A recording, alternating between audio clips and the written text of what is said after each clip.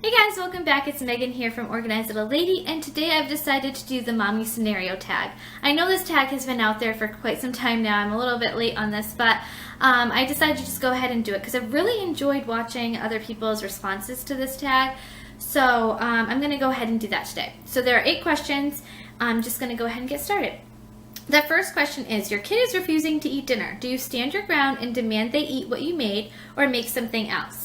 In our house, there's just too many of us to make individual meals, and I just don't feel that's necessary. So we know what our kids like and what they don't like. So we try to make meals that the majority of the meal is something that we all like.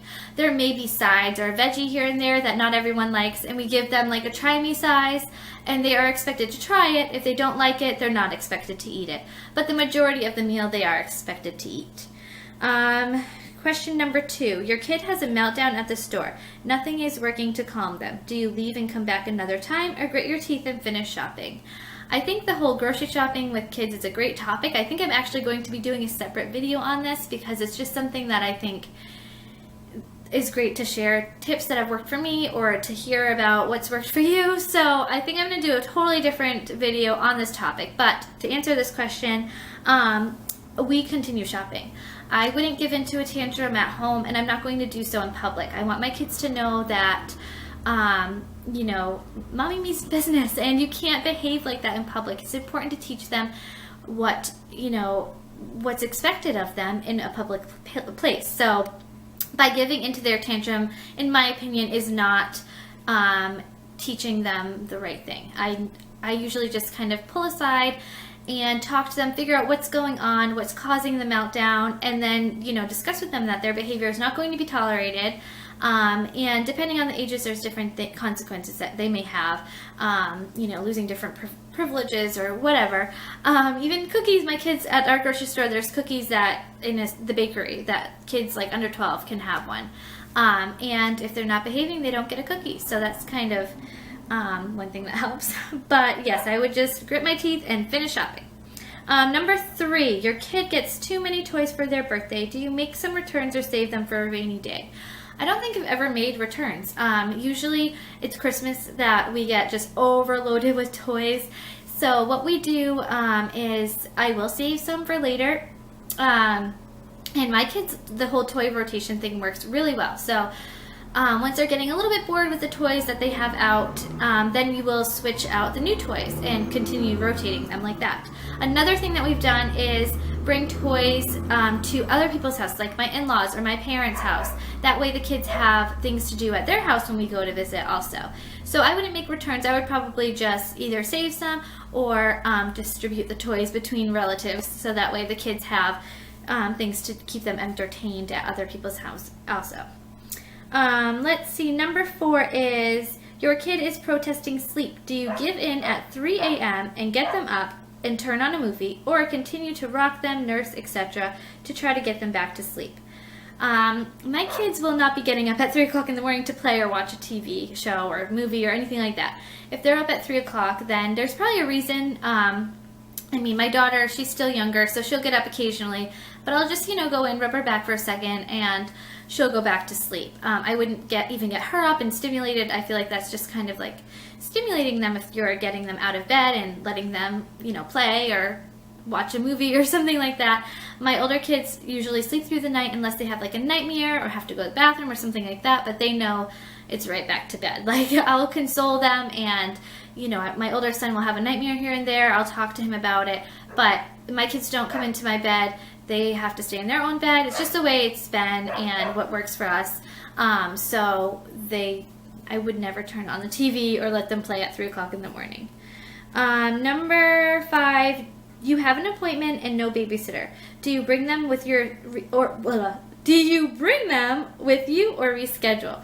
I would honestly probably reschedule, because for me, my appointments are kind of like my free time. I know that sounds pathetic, but I sometimes look forward to a doctor's appointment or dentist appointment because I can just kind of like relax.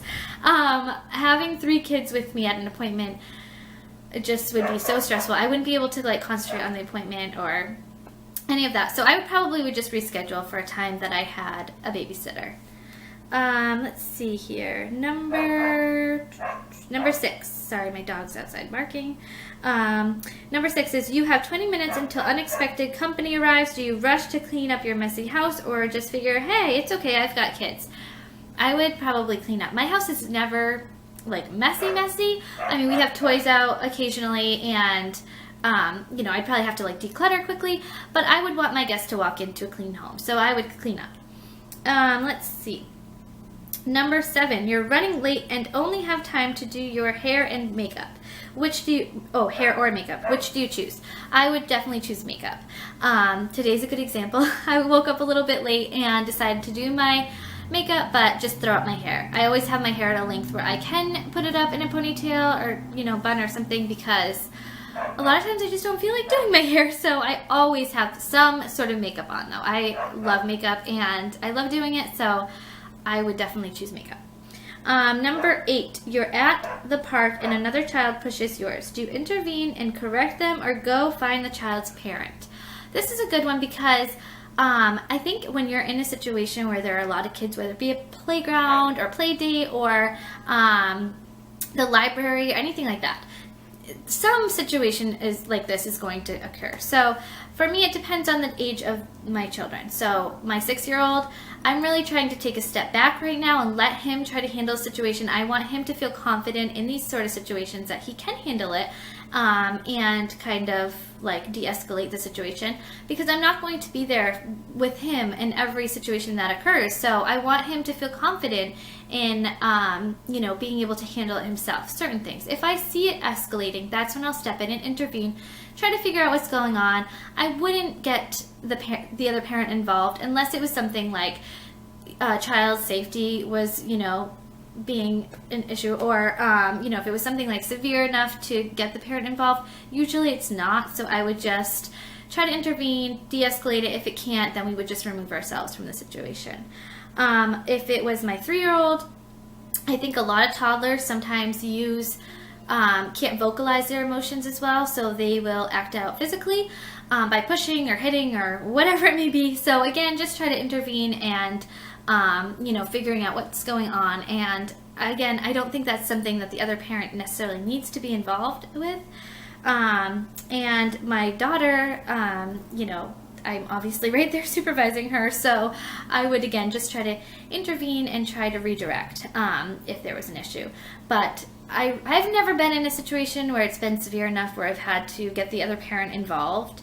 So I would probably most likely just try to intervene, and if that's not working, just redirect or remove ourselves from the situation.